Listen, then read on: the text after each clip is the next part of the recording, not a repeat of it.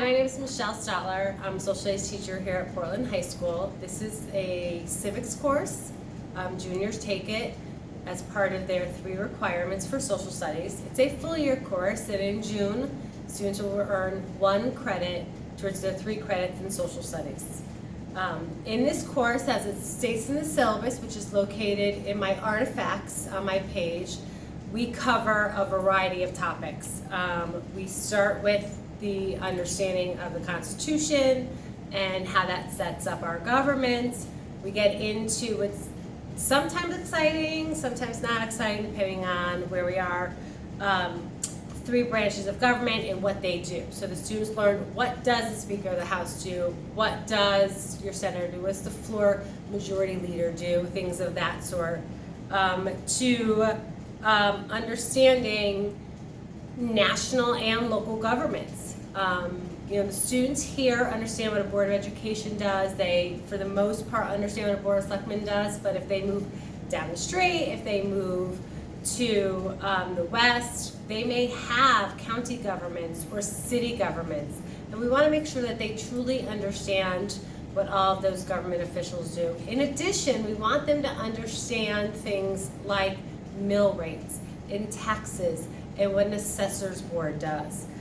We want them to understand what it means to become civic-minded. The Social Studies Department believes that this year's juniors are extremely lucky in the fact that they are juniors during an election year, a presidential election year. So we will be spending the majority of time, and we have been spending the majority of time since they got in school up until November, and then thereafter, working through the election. So when a student says, oh, we're doing the Electoral College, and you're thinking, well, she told us that we start with the Constitution, it may seem a little out of place, but at times it is. But we want to make sure that we're covering voter behavior and the Electoral College before the election. The students have completed, they're finishing up their first of 2 projects on the election. The first is the presidential issues essay, so hopefully you have heard from your juniors about their topics. And then once that's finished, they are working on their second, which is more of a project-based rather than an essay-based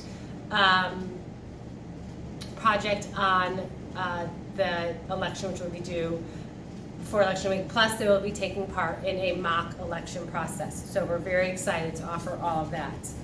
I encourage all of you to join my Google Classroom. It looks like this. This is for my 1B civics, but this is what it looks like for both my civics classes.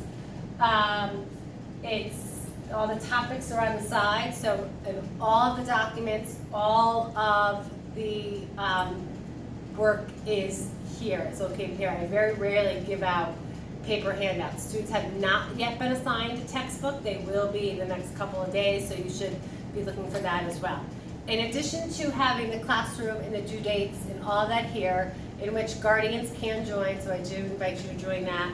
In here I have all work located on my board in red and blue, and any upcoming due dates and long-term due dates. You'll see that the essay is due on September 30th, so that's always there. Next to it is any announcements for the school, so students always have that there. And this is my email address, which you can reach me at. It's also on the course syllabus and in my frequently asked questions sheet, which is located in my artifacts. I encourage all of you to reach out to me at any time. I believe together it's our role to make sure our students are successful, and I do consider them our students. I will certainly reach out to you with any concerns that I have. For those students who are currently hybrid in civics, we meet every Tuesday and Friday, first period or fourth period, Students at home are on anywhere from about 10 to 15 minutes. Sometimes if I want to do a class-wide project, which we're getting more and more into, they will actually work with students in the classroom. And that way we have a more cohesiveness within the class.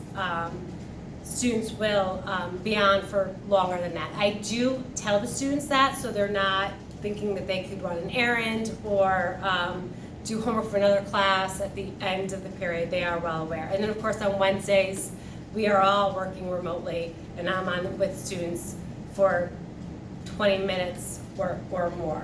So again, I encourage you to reach out.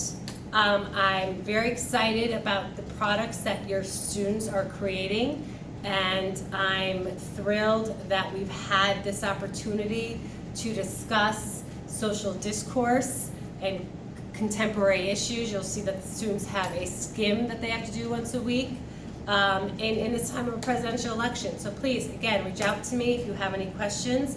If you are a student or a parent of the PVLA, you should continue watching. If you are a hybrid civics parent, you can certainly log off now.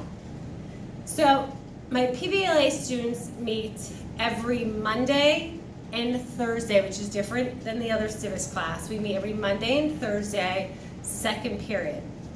And then of course, we also meet Wednesdays during the distance learning for all students.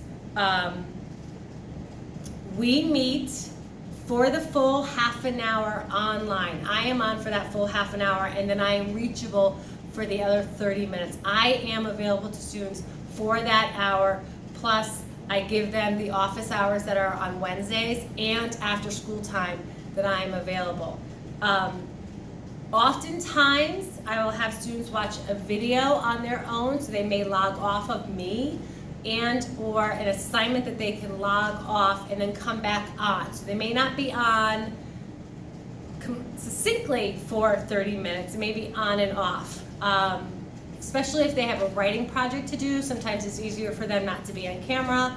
I often have small group work with students. If some students are stuck on the same types of questions, I will have small group work with them.